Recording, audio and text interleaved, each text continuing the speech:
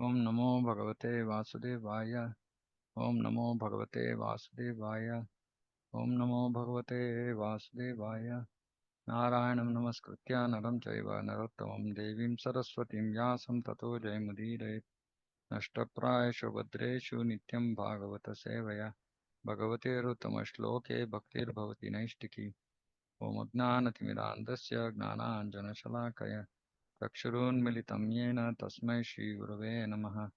नमो विष्णुपादाय कृष्णप्रेष्ठाय भूतले श्रीमते भक्तिवेदान्त स्वामिन्निति नामिने नमस्ते सारस्वते देवे गौरवाणी प्रचारिणे निर्विशेष शून्यवादी पाश्चात्य देशतारिणे जय श्री कृष्ण चैतन्य प्रभु नित्यानंद श्री अद्वैत गदाधर शिवासादि गौरभक्तवृंद हरे कृष्णा कृष्ण कृष्ण हरे हरे हरे राम राम राम हरे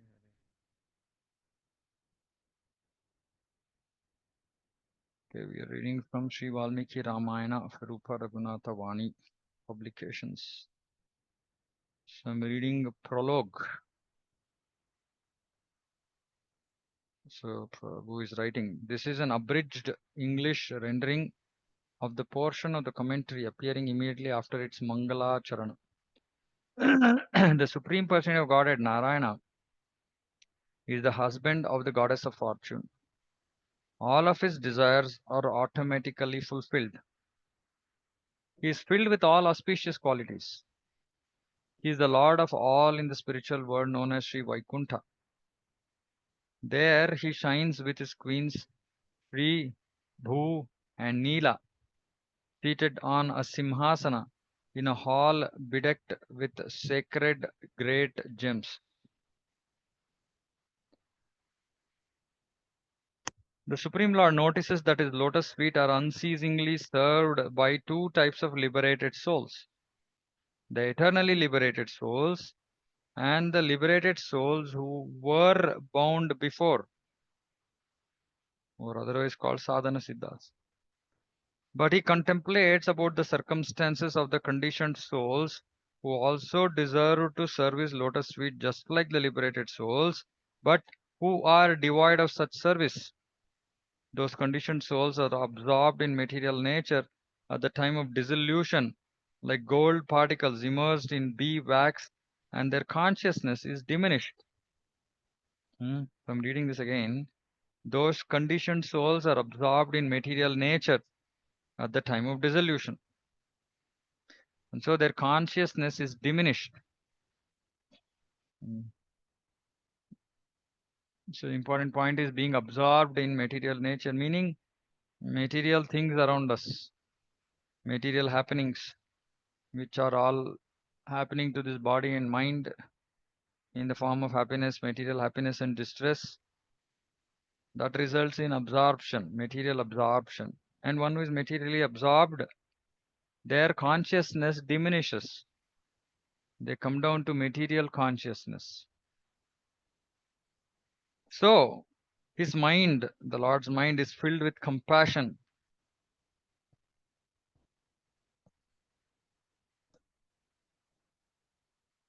So he's seeing all of us suffering here, and his mind is filled with compassion. Considering that the conditioned souls require material senses and bodies with which they can surrender unto him, he creates the Mahatattva and other elements. So the whole reason of this creation is to give us an opportunity to surrender unto him. But then the Supreme Lord notices that those conditioned souls become inclined to surrender unto those other than him with those very same bodies. So the Lord gave us these bodies, material senses, etc., to surrender unto him. But he sees that the conditioned souls don't surrender unto him, but surrender unto those other than him, using the same bodies which he gave, with which we are supposed to surrender unto him. He then thinks of a manner of regulating them in order to bring them to him. These distracted conditioned souls are comparable to persons drowning in a river, and when given boats to step on to and come ashore, they get onto the boats, but instead of reaching the shore, they allow the boats to be forcefully carried away by the current of the river and thus reach the ocean and drown. So I'm reading this again. These distracted conditioned souls are comparable to persons drowning in a river. And when given boats to step on to and come ashore, meaning boats are there, so get onto the boats and then reach the shore. But instead of doing that, mm, they allow the boats to be forcefully carried away by the current of the river, mm, and thus reach the ocean and drown. So they don't use the body to actually achieve the goal end which they are supposed to. Similarly, conditioned souls are given gross bodies in order to surrender unto the Supreme Lord and get out of material existence in order to serve Him like the liberated souls in the spiritual world. But the conditioned souls become allured by the urges of their bodies, drown into an ocean of sinful activities, and consequently suffer the reactions. So conditioned souls become allured. Allured means attracted by the urges of their bodies. So they become attracted and they drown into the ocean of sinful activities and consequently suffer the reactions. In order to regulate such conditioned souls so that they can discriminate between that which is beneficial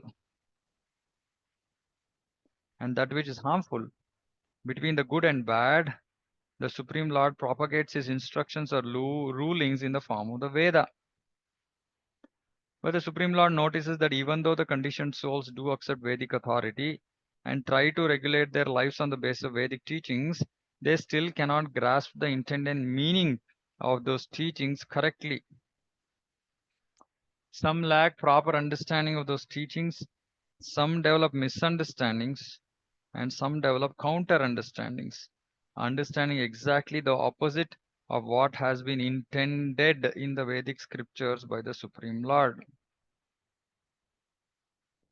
Under these circumstances, the Supreme Lord concludes that he has himself to make the conditioned souls properly understand the teachings and purport of his rulings through his own behavior. He is just like a king who desires to discipline and train his unlawful citizens on how to do things properly. In the meanwhile, Ravana was tormenting the universe, and so Lord Brahma, Shiva, and other demigods humbly requested him to descend to save the situation. Lord Vishnu's devotee Dasharatha had also been worshipping him in order to have some children. The Supreme Personality of Godhead then desired to become the four sons of Dasharatha, Rama, Lakshmana, Bharata, and Shatrughna. Through each of these forms, the Supreme Lord personally demonstrated a specific aspect of Vedic Dharma. In the form of Lord Rama, he killed Ravana and executed common religious duties such as carrying out the orders of one's father. In the form of Lakshmana, he destroyed the son of Ravana and demonstrated that specific religious duty of serving the Supreme Person of Godhead. In the form of Bharata, he banished the Gandharvas and demonstrated the specific religious duty of always depending on the Supreme Person of Godhead. In the form of Shatrughna, he destroyed Lavanasura and demonstrated the specific religious duty of serving the Vaishnavas. So Rama showed that we have to execute common religious duties, which is Varnashrama. Lakshmana, he showed that we have to serve the Supreme Lord. Bharata, he showed a dependency on the Supreme Lord. And Shatrughna, as Shatrughna, he showed the duty of serving Vaishnavas. Lord Brahma, the grandfather, well-wisher, and spiritual master of all the worlds in the universe, considered that the Supreme Lord's instructions and the lessons that can be derived from his activities might be forgotten after he disappears from this world. And so, in order to preserve the pure history of Lord Rama and his associates, Brahma personally composed a Ramayana that extended to 1 billion verses and taught it to Narada Muni and others. He also became very desirous of propagating it in an abbreviated version in the earthly planetary system, and so selected Valmiki for this task. So in the higher planetary systems, Brahma composed Ramayana that extended to 1 billion verses. But for this earthly planetary system, that is too long, so he wanted an abbreviated version So he chose Valmiki for the task. Indeed, Valmiki had constantly engaged in the chanting and hearing of the holy name of Lord Rama for several thousands of years, and so his heart had become purified and enlivened by such meditation. This has been stated in the Matsya Purana. Therefore, Lord Brahma sent Narada Muni to Valmiki in order to instruct him to compose a summary of Lord Rama's activities for the welfare of the earthly planetary system. Valmiki noticed that Narada Muni had arrived in his ashrama by his own sweet will. He had been desirous of ascertaining the supreme truth known from the Upanishads, and he took this opportunity to inquire from Narada. He asked, "Who is the supreme being? Is he one of the subordinate demigods, or is he the supreme Lord Narayana?"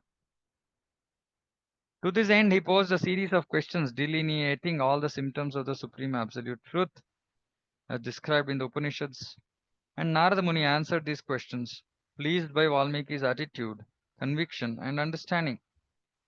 Lord Brahma then blessed Valmiki to directly perceive all the details of Lord Rama's pastimes through samadhi and with the potency to compose a spotless literature about Lord Rama. The Ramayana is meant to amplify the teachings of the Vedas.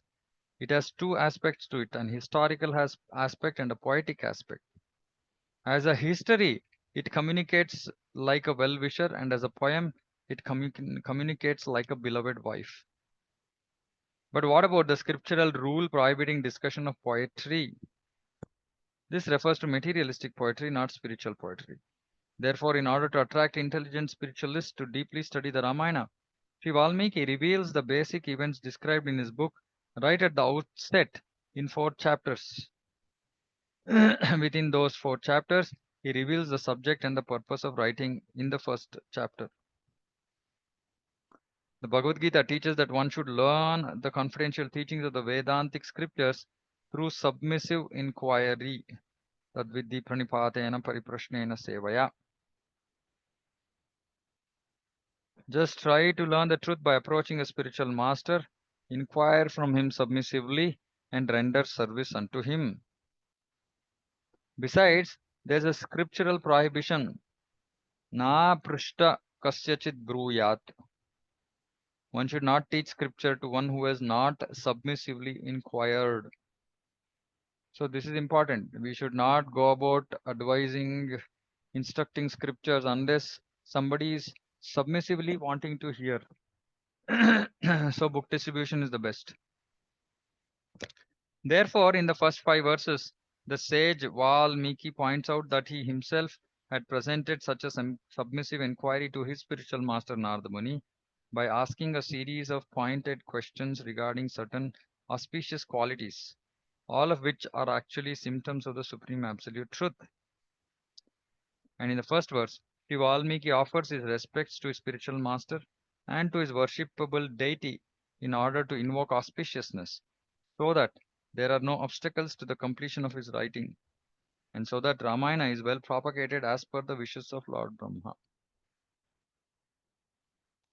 Srila Rupa Goswami Prabhupada has noted in his Laghu Bhagavata Amrita. In the Treta Yuga of the 24th Yuga cycle, Lord Ramachandra appeared through Dasharatha from the womb of Kaushalya. His complexion like lustrous new blades of Durva grass. He was joined by Bharata and the 2 sons of Sumitra. According to scripture, Lakshmana and Ramachandra's other brothers are his Vyuha expansions. Bharata has a complexion like a dark blue cloud, and the sons of Sumitra have golden complexions. In the Padma Purana, Bharata and Shatrughna are said to be the Lord Vishnu's conch and disc, and Sri Lakshmana is identified as Ananta Shesha.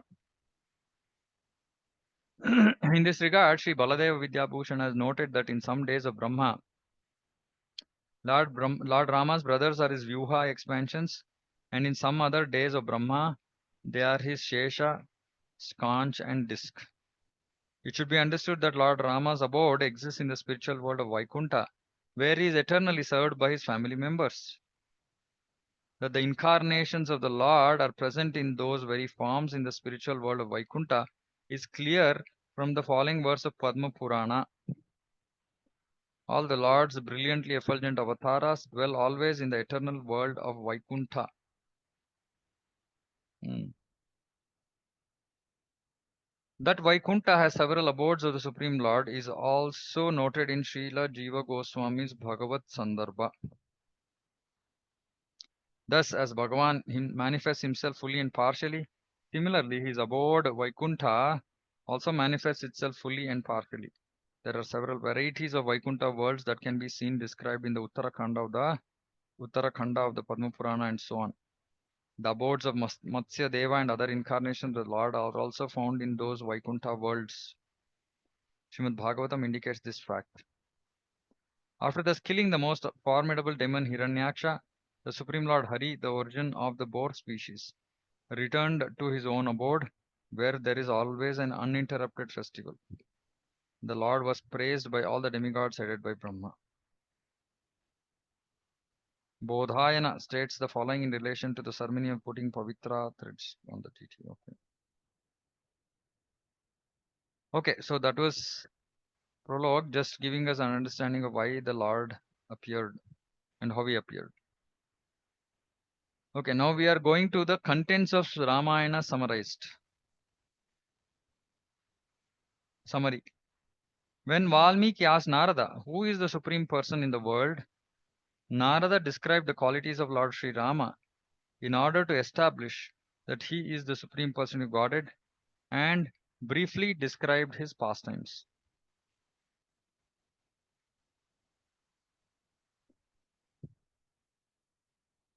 So this is now in verse, translation, purport, verse, word to word, meaning, translation, purport. So I'm going to read the translation and purports. Verse 1, translation. The ascetic Valmiki humbly questioned Narada, who was absorbed in austerities and Vedic studies, and who was the best of the knowers of the Veda, as well as the best of sages. Actually, I'll just read the verses because these purports are pretty long. Who in this world and at this time possess all auspicious qualities? Who is powerful, a knower of Vedic dharma, filled with gratitude, a truthful person, and firm in his vow? So Narada, Valmiki is asking Narada these questions. Who always follows Vedic customs? Who benefits all creatures? Who is learned? Who can execute anything? Who is exclusively pleasing to look at? Who is self-controlled, of controlled anger, splendorous, and non-envious? Whom do the demigods and others fear when his anger is aroused in war? I am desirous of hearing about this, for I am greatly curious. O great sage, you are capable of knowing such a person. Narada, the knower of the three worlds, having heard and understood these words of Valmiki, was delighted, inviting his attention by saying, Listen, he spoke the following words. O sage, having understood the several qualities described by you and other qualities that are certainly impossible to be attained, I shall describe a person endowed with them. Please listen. Born in the dynasty of Ikshvaku, known to the people by the name Rama, he is untransformed, of great strength, splendorous, blissful, and the controller of all. He is omniscient. His dealings are strictly in line with teachings of the Vedas. He is a propagator of Vedic teachings. He is prosperous and a destroyer of those who obstruct his mission. His shoulders are elevated. His arms are stout. His neck is like a conch shell, and his jaws are large. He has a broad chest. He is a great archer. His collarbone is invisible. He is victorious over the enemies. His arms reach out to his knees. His face is well formed. His forehead is beautiful. And his gait is beautiful. Actually, some of these Sanskrit words are very nice. Um, Arindamaha, victorious over enemies. Ajanubahu, his arms reach out to his knees. Sushiraha, his face is well formed. Lalataha, his forehead is beautiful. Vikramaha, his gait is beautiful.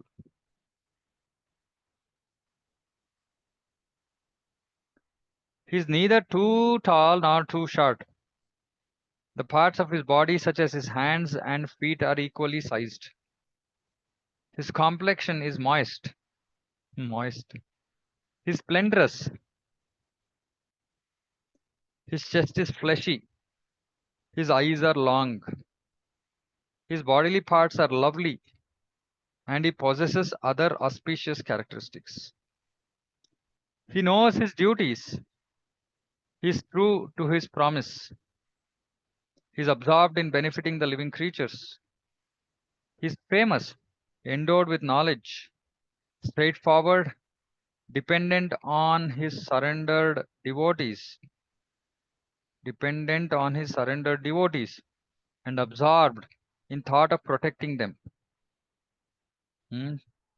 Supreme Lord is dependent on his surrendered devotees and absorbed in thought of protecting them. He is equal to the Prajapati in the matter of protecting the universe. He is inseparable from Shri, the goddess of fortune. He nourishes his devotees and destroys their obstacles.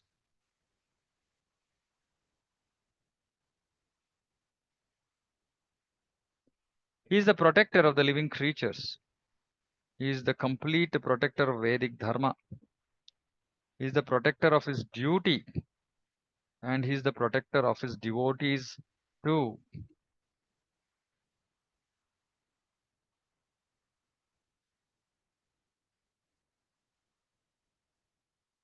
He knows the truths of the Veda and the Vedangas. He is skilled in the Dhanurveda and other Upavedas. He knows the truths taught in all the other Vedic literatures. He has an unfailing memory and brilliance.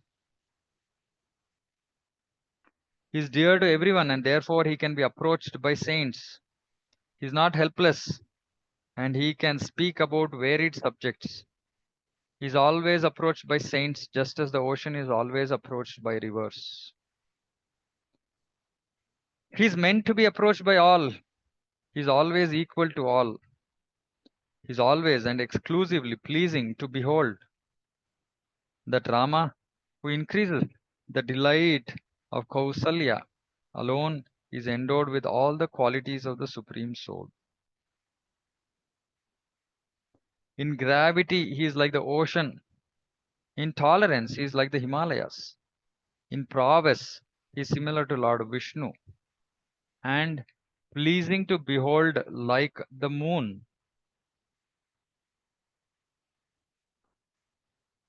In anger, he is similar to the underwater volcano. In forgiveness, he is equal to the earth. He is equal to Kuvera in charity. And like Dharma himself, he is unrivaled in truthfulness. Out of love and with a desire to please his ministers, King Dasharatha desired to install that Rama, his dear and eldest son, who was endowed with these qualities, whose prowess was unfailing, who was endowed with excellent qualities for political administration, and who was engaged in benefiting his citizens.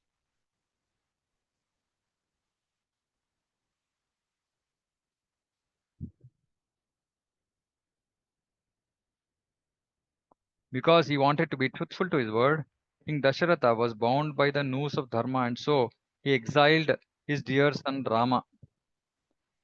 So, this is the summary. Rama, though a hero, despite his father's order to please Kaikeyi, upheld his promise and went to the forest. Endowed with humility, Rama's dear brother Lakshmana followed him, who had set out of affection. The increaser of Sumitra's joy, who was so dear to his brother, did so while revealing their brotherly affection for each other. Rama's dear wife was always equal to his very life and engaged in doing good to all. She was born in Janaka's dynasty and was as if created by the Lord's illusion. Endowed with all auspicious symptoms, the best bride among women, Sita also followed Rama, just as Rohini follows the moon. He was followed by the residents of Ayodhya city for a long distance and by Rama's father Dasharatha. Then Rama, of a dharmika nature, dismissed his charioteer Sumantra at Ringberpura on the bank of Ganga. When he met his dear devotee Guha, the chief of the Nishadas. Then Rama, along with Lakshmana and Sita, was ferried across the Ganga by Guha. The three crossed over the river Ganga of abundant water, went from one forest to another, and on the order of Bharadwaja reached Chitrakuta, where they happily constructed a pleasant and appropriate residence in that forest. Like Deva Gandharvas, they lived there happily.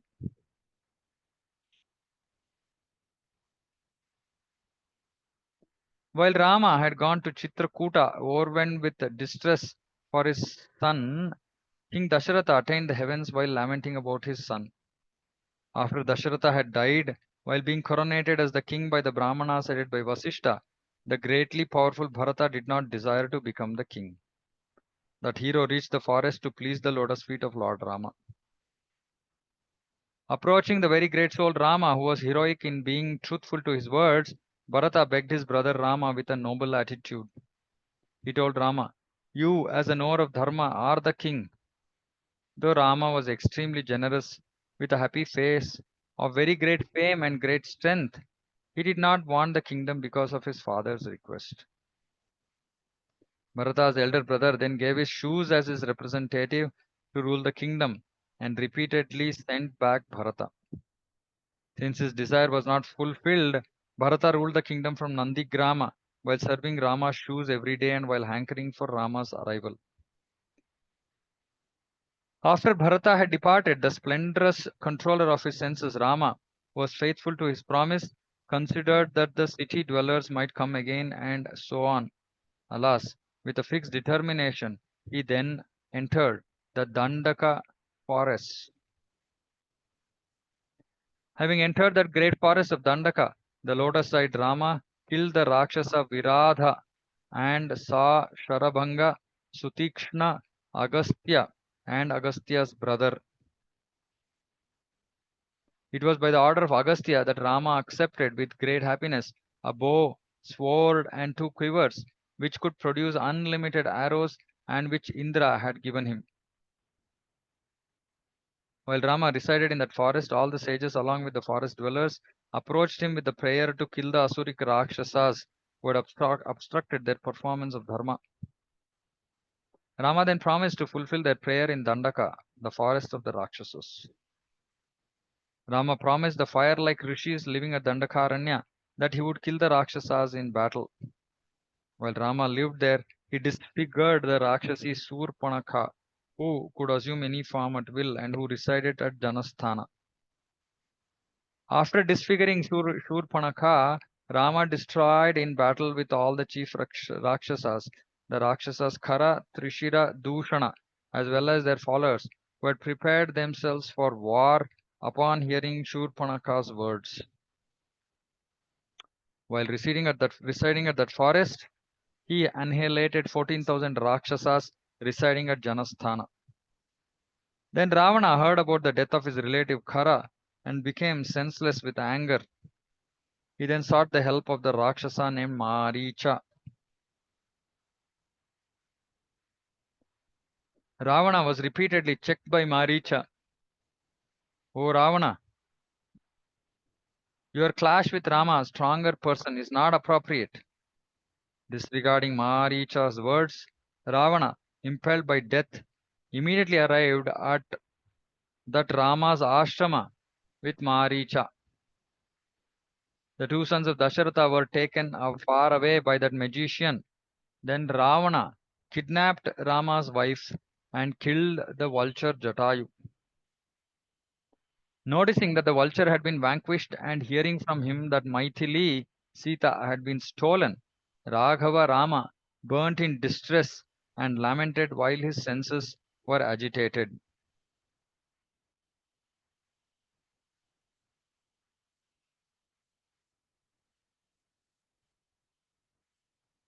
Mighty armed Rama destroyed him and burned him. Kabandha attained the heavens. Kabandha was another Rakshasa. Kabandha stood for a moment in the skies on the way to the heavens and told Raghava to respectfully approach Shabari, a lady renunciant who was absorbed in carrying out her dharma of serving her spiritual masters and so on, and who was capable of carrying out the duty of properly honoring her guests. Rama of great strength and destroyer of enemies that respectfully approached Shabari, and Shabari worshipped Dasharatha's son Rama completely. He then met the monkey Hanuman on the banks of the river Pampa. On the request of Hanuman, he met Sugriva. Rama of great strength told Sugriva about everything that had taken place from the very beginning, and especially about Sita. Hearing all of that from Rama, the monkey Sugriva became happy and established friendship with Rama, keeping fire as a witness to their bond of friendship. Then the king of monkeys, Sugriva, informed Rama all about his enmity with Vali out of his affection for Rama and out of his distress. Then Rama promised that he would kill Vali. Then at Rishyamukha, the monkey Sugriva described Vali's strength. Sugriva was also always doubtful of the strength of the descendant of Raghu. To make Rama understand Vali's strength, Sugriva showed him Dundubi's gigantic body that resembled a great mountain. Seeing the bones of Dundubi, the mighty armed Rama of great strength smiled and with his toe kicked the body up and away to a distance of 10 yojanas. Furthermore, with a single great bow, Rama then pierced 7 Sala trees, the mountain nearby, and Rasathala, thus generating confidence in him.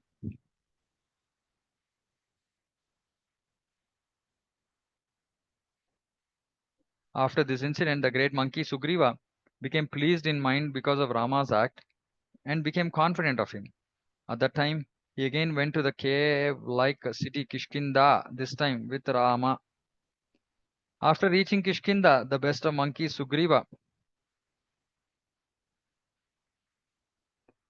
of a golden and reddish brown complexion, roared. Hearing that great roar, the lord of the monkeys, Vali, came out to face him. When Vali came out, he consoled Tara and came to meet Sugriva in battle. The descendant of Raghu then killed Vali in that place with a single arrow. Then, hearing Sugriva's words, Raghava killed Vali during his fight with Sugriva, and he enthroned Sugriva as the sole king of Vali's kingdom. And the king of the monkeys, Sugriva, then called all of his monkeys and sent them all in the 4 directions, desire of finding Janaka's daughter. Then, on the instructions of the vulture Sampati, the strong monkey Hanuman jumped across the salt ocean that extended to 100 yojanas. Hanuman reached Lanka, the city protected by Ravana, and saw Sita, who had gone to Ashoka Vana there, meditating on Lord Rama. Hanuman submitted a token of recognition to Sita Devi, related to her the events that had transpired, and so on, and consoled her. Then he destroyed the gate of Ashoka Vana. He killed 5 frontline soldiers headed by Pingala Netra and 7 ministers' sons headed by Jambumali. He also crushed the heroic Akshakumara, Ravana's second son, and became arrested by the Brahmastra employed by Indrajit. The heroic great monkey Hanuman got to know that he was released from the Brahmastra by Brahma's boon with no effort from his end. Forgiving the offenses of the Rakshasas who had tied him up and were dragging him here and there, he burned the city of Lanka, except the residence of the princes of Mithila, and returned to inform Rama of the good news about Sita. That one of immeasurable intelligence submissively approached the greatly enduring Rama and went around him in circumambulation. Then he informed him, I really saw Sita. Then Rama went to the shores of the great ocean with Sugriva and agitated the ocean with arrows that shone like the sun. Samudra, the presiding deity of the ocean and the husband of the presiding goddess of the rivers, then showed his original form to Rama. On the request of Samudra, Rama had Nala build a bridge. Rama then went on that bridge to the city of Lanka, killed Ravana in battle, met Sita, and then became greatly embarrassed. Therefore, Rama spoke harsh words about her chastity in public. Unable to tolerate them, the chaste Sita entered fire. Then, by getting to know that Sita was devoid of any contamination from Agni's testimony, Rama shone with complete delight and was honored by all demigods. By the great activity of killing Ravana, the three worlds, including the moving and the non moving, as well as the Devas and the Rishis, became satisfied with Raghava, whose nature was great.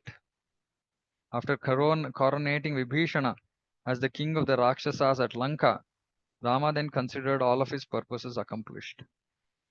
Free from all anxieties, he then became very happy. Having obtained a boon from the celestials, Rama gave life to the monkeys who had died on the battlefield. Surrounded by his well wishers, he departed for Ayodhya on the Pushpaka airplane. Rama went to Bharadwaja's ashrama. Being heroic in his truthfulness, Rama sent Hanuman to Bharata. Then Rama again ascended the Pushpaka airplane with Sugriva, and while talking about the events concerning Bharata, immediately went to Nandigrama, where Bharata resided. Reunited with his brothers, Rama was free from distress. At Nandigrama, he gave up his matted hair. Then he again obtained his kingdom with Sita beside him. The people became exceptionally delighted and happy. They became satisfied, nourished, very devoted to Dharma, free from bodily distress, emotional calamities, and fear of famine. No men at any place in Rama's kingdom and at any time during his rule will see the death of their sons. The women will never ever be widows, and they will be devoted to their husbands. There will be no danger due to fire. None of the creatures will drown in water. There will be no danger due to air, nor will there be any danger due to fever. There will be neither danger due to hunger nor danger due to thieves. The cities and countryside will be filled with wealth and grains. Everyone will always be very happy, like in Satya Yuga. Rama of great fame will perform several Ashwamedha and Bahu Suvarnaka sacrifices, giving in charity millions of cows and immeasurable wealth to the Brahmanas and depart to the spiritual world. That descendant of Raghu will multiply the royal dynasties 100 times over. He will also have the four Varnas in his kingdom carry out their respective specific Varna dharmas and Ashrama dharmas. After ruling over his kingdom for 11,000 years, Rama will go to the spiritual world. This brief description of the activities of Lord Rama is purifying. It destroys sinful reactions. It is auspiciousness. It is like the Vedas. He who studies it will be fully liberated from all sinful reactions. A man studying this Ramayana narration that grants vital power will become honored in the supreme abode after the final destruction of his body, along with his sons, grandsons, dependents, and friends. By studying this narration, a Brahmana can attain lordship over speech, a Kshatriya can attain lordship over earth, a Vaishya can attain financial prosperity, and a Shudra can attain greatness. Thus end the contents of Ramayana summarized. Okay, so we'll close here. Tomorrow, possibly, Sri Rama willing, we will read summary of second canto. Shri Valmiki Ramayan की जय, जगत गुरु शिला प्रभुपाद की जय, समवेत गौरव भक्त की जय। वाञ्छाकल्पतरुभ्यश्च कृपा सिन्धुभ्येव च पतितानां पावनेभ्यो वैष्णवेभ्यो नमो नमः। कोटि वैष्णव जय। हरे कृष्ण।